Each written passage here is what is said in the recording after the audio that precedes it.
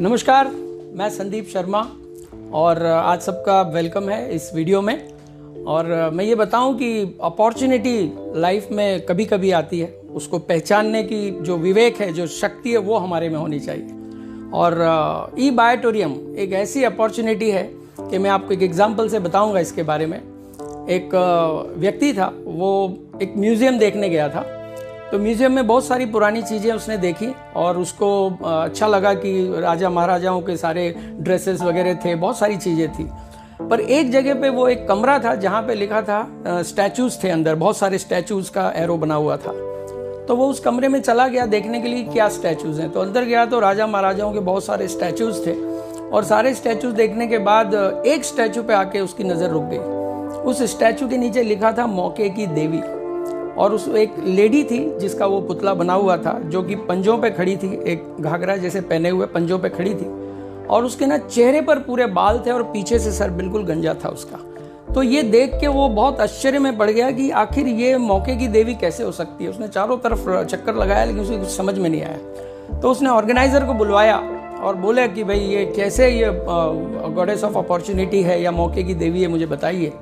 तो ऑर्गेनाइजर ने बड़े सिंपल शब्दों में बताया कि देखिए ये बिल्कुल सिंपल है, ये दोनों पैरों पे जो खड़ी है इससे मूर्तिकार ये जता रहा है, ये बता रहा है कि मौका कभी भी एक जगह ठहरता नहीं है, वो हमेशा जल्दी में होता है, वो हमेशा पंजों पे होता है। मतलब उसको जल्दी है यहाँ से वहाँ, उस दरवाजे से उस दरवाजे पे जाने की उसको जल्दी होती है। तो उस आदमी को बहुत अच्छा लगा सुन के। फिर उसने बोला इसके चेहरे पर क्यों बाल है, जो बाल सर पे होने चाहिए वो चेहरे पर क्यों है। तो बोले सर पर बाल, चेहरे पर बाल इसीलिए है कि मौका कभी खुद अपने आप को नहीं कहता कि मैं मौका हूं, मुझे गले लगा लो। वो बालों को हटाना है, चेहरे को पहचानना है, सही चेहरा समझ आ गया तो वही बालों से पकड़ लेना है। अगर आपने कुछ भी झिझक महसूस की या सोचने में समय बिताया कि सही है गलत है, करूं नहीं करूं, तब तक तो वो जल्दी में घूम जाएगी। और एक बार वो पुतला घूम गया, एक बार वो मूर्ति घूम गई तो पीछे बाल ही नहीं है पकड़ने के लिए। इसका मतलब मौका जिंदगी में हमेशा एक बार आता है, अच्छे से आता है, उसको सही विवेक से पकड़िए और उसको लेके आगे बढ़िए। ई बायोटोरियम एक ऐसा ही मौका है जिसको हम जन्म जन्म से ढूंढ रहे थे।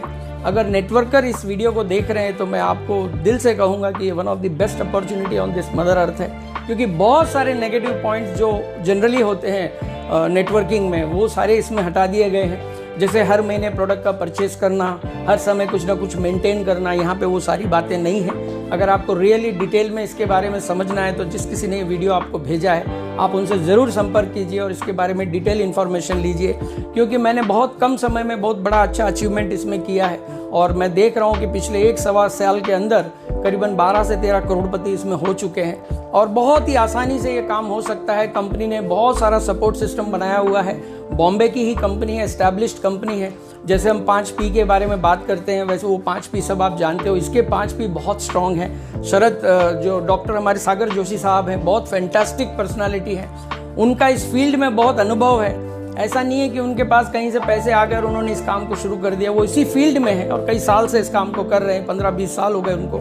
और उसका सारा एक्सपीरियंस लेके उन्होंने ये नेटवर्किंग बिजनेस को शुरू कर दिया और बहुत ज़्यादा तेज़ी से ये बढ़ रहा है। बहुत सारे लोग हैं जो इसको अट्रैक्ट हो रहे हैं क्योंकि इसका जो पे आउट देने का तरीका है, अब आप सोचिए पे आउट देने में भी गिनीज बुक में नाम आने जा रहा है। 70-80 से ज़्यादा अवार्ड हम अभी तक ले चुके हैं। मतलब ये कंपनी कितना पावरफुल काम कर रही है। और ये बिजनेस एक डिसीजन पे चलता है।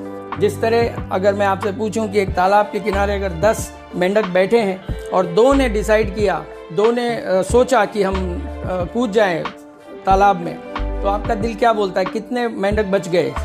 ज़्यादातर लोगों का आंसर होता है कि भाई 8 बच गए। दोनों ने सोचा कूद जाए तो 8 बच गए।